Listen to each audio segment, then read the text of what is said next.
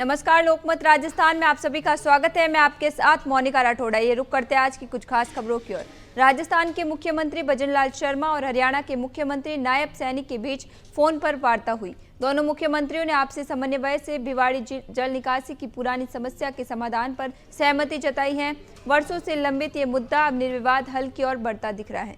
मुख्यमंत्री कार्यालय की ओर से जारी जानकारी के अनुसार भिवाड़ी का भौगोलिक स्वरूप ऐसा है कि वहां का बारिश का पानी स्वाभाविक रूप से हरियाणा की ओर बहता है। मानसून के समय पानी की निकासी बाधित होती है, जिससे उद्योगों और रिहायशी इलाकों में जलभराव की गंभीर समस्या पैदा हो जाती है। इस विषय पर दोनों मुख्यमंत्रियों ने तकनीकी और प्रशासनिक स्तर पर स्थायी समाधान के लिए आपसी सहयोग पर सहमति जताई।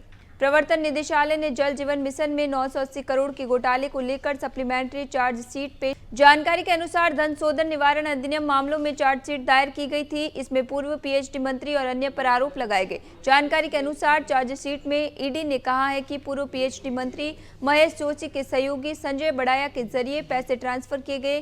साथ ही ऐसे सबूत भी मिले हैं कि संजय बड़ाया कमीशन का पैसा महेश जोशी के बेटे रोहित की फर्म में लगाता था। रोहित जोशी की कंपनी मैसर्स से शुभ मंगलम लैंडमार्क को भी करोड़ों रुपए की फंडिंग की गई। ईडी के अधिकारियों ने बताया कि ये दूसरी चार्जशीट है जिसमें पाइपलाइन बिछाने से जुड़ी निजी कंपनियों, पीएचडी इंजीनियरों, मंत्री और उनके बेटे के खिलाफ चार्जशीट दाखिल की गई है। इस चार्जशीट में मनी लॉन्ड्रिंग में शामिल मंत्री, उनके बेटे, निजी कंपनियों और पीएचडी के इंजीनियरों समेत सभी के खिलाफ चार्जशीट दाखिल की गई है। कांग्रेस राज के आखिरी बजट में बनाए गए 17 में से 9 जिले और 3 नए संभाग खत्म करने के बाद सरकार एक और बड़ा फैसला लेने जा रही है। सरकार की नजर अब मापदंडों पर खरे नहीं उतरने वाले उपखंड तहसील एवं उप तहसील कार्यालय पर है। 2 या 3 तहसीलों के ऊपर एक उपखंड दफ्तर बनाए जाने की तैयारी है। ऐसे में प्रदेश में 100 से अधिक उपखंड कम किए जाएंगे। ये कुल उपखंडों का 32% है। इसके लिए एक कमेटी का गठन किया गया था। समिति ने आधे जिलों का फीडबैक भी जुटा लिया है। समिति को 6 माह में रिपोर्ट देनी है। इसके लिए समिति राजस्व इकाइयों के पुनर्गठन के लिए संबंधित संभाग एवं जिलों से सुझाव लेगी और अन्य अनुशंसा करेगी। राजस्थान के कोटपुतली बहरोड जिले की बानसूर तहसील के नारायणपुर क्षेत्र में ट्रांसफार्मर बदलवाने की मांग को लेकर किसानों ने डिस्कॉम कार्यालय का गेट बंद कर धरना शुरू कर दिया। करीब 5 घंटे तक चले इस आंदोलन के दौरान बिजली विभाग के एईएन नितिन गुप्ता की कथित टिप्पणी को लेकर माहौल तनावपूर्ण हो गया। किसानों का आरोप है कि अधिकारी ने उन्हें कहा कि अब कांग्रेस का टाइम नहीं रहा है। किसानों ने कहा कि वे किसी पार्टी से नहीं बल्कि अपने हक के लिए खड़े हैं। इस पूरे मामले पर नेता प्रतिपक्ष टीकाराम जूली ने सरकार को आड़े हाथों लिया है। उन्होंने आरोप लगाया कि अधिकारी किसानों से ये कहकर भेदभाव कर रहे हैं कि अब भाजपा की सरकार है। इस मामले को उठाते हुए राजस्थान कांग्रेस कमेटी के अध्यक्ष गोविंद सिंह डोटासरा ने भी भजनलाल सरकार पर निशाना साधा है। डोटासरा ने एक्स पर लिखा कि कोटपुतली बहरोड में भाजपा नेताओं के इशारे पर एक अधिकारी खुलेआम किसानों को धमका रहा है। मुख्यमंत्री भजनलाल, क्या किसानों की आवाज सिर्फ कांग्रेस के राज में ही सुनी जाएगी? राजस्थान में स्कूल लेक्चरर एंड कोच प्रतियोगी परीक्षा 2024 को लेकर सुप्रीम कोर्ट ने आज बड़ा फैसला सुनाया है। कोर्ट ने परीक्षा की तारीखों को यूजीसी नेट जून 2025 परीक्षा से टकराव के आधार पर चुनौती देने वाली याचिका पर कोई अंतरिम राहत देने से इनकार कर दिया। इसके साथ ही राजस्थान लोक सेवा आयोग को तय कार्यक्रम के अनुसार परीक्षा आयोजित करने की अनुमति मिल गई है। इस मामले की सुनवाई जस्टिस के.वी. विश्वनाथन और जस्टिस एन. कोटेश्वर सिंह की बेंच के समक्ष हुई। 17 याचिकाकर्ताओं की ओर से एडवोकेट ऑन रिकॉर्ड अलग आलोक श्रीवास्तव ने याचिका दायर की थी। याचिका में मांग की गई थी कि यूजीसी नेट से तारीख टकराव के चलते आरपीएससी परीक्षा को पुनर्निर्धारित किया जाए।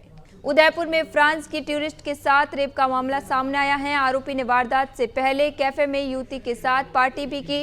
इसके बाद आरोपी टूरिस्ट को बहला फुसलाकर अपने मकान पर ले गया। यहां उसके साथ घिनौनी वारदात हुई। मामला शहर के बड़गांव थाना क्षेत्र के सोमवार देर शाम का है। थानाधिकारी पूर्णत सिंह राजपुरोहित ने बताया, टाइगर हिल स्थित the Greek form cafe and restro cafe में पार्टी हुई थी, जिसमें आरोपी सिद्धार्थ फ्रांस की युवती से मिला था। यहां से आरोपी युवती को बहाने से अपने सुखेर स्थित किराए के मकान पर लेकर गया। वहां उसने रेप किया। युवक फरार है, उसकी तलाश जारी है। युवती की हालत खतरे से बाहर है। उसका निजी हॉस्पिटल में इलाज चल रहा है। पीड़िता की शिकायत पर एफआईआर दर्ज हुई है। जयपुर और अजमेर की जनता के लिए अच्छी खबर है। दोनों जिलों को पीने का पानी सप्लाई करने वाले विसलपुर बांध में पानी की आवक शुरू हो गई है। मानसून के इस सीजन में पहली बार त्रिवेणी नदी बहना शुरू हो गई, जिससे बांध का गेज आज 3 सेंटीमीटर तक बढ़ गया। जल संसाधन विभाग के इंजीनियरों के मुताबिक आज बिसलपुर बांध का गेज 312.47 आरएल मीटर से बढ़कर 312.50 आरएल मीटर तक पहुंच गया। बांध में पानी की सप्लाई इस सीजन में पहली बार त्रिवेणी नदी से हुई है। इस समय त्रिवेणी नदी 2.40 मीटर के गेज पर बह रही है। इंजीनियरों के मुताबिक कुछ दिनों से लगातार बिसलपुर के कैचमेंट एरिया और बिलवाड़ा, सिरोही, राजसमंद, अजमेर में हो रही लगातार बारिश से नदी बहनी शुरू हो गई। राजस्थान में इस बार मानसून ने समय से पहले और जोरदार दस्तक दी है। अब तक प्रदेश में सामान्य से 133% ज्यादा बारिश रिकॉर्ड की गई है। मौसम विभाग के आंकड़ों के मुताबिक जहां सामान्य तौर पर जून में अब तक औसतन 30.1 mm बारिश होती है, इस बार 70.2 mm बारिश दर्ज की जा चुकी है। लगातार हो रही तेज बारिश के कारण राज्य के कई बांधों का जलस्तर भी तेजी से बढ़ रहा है।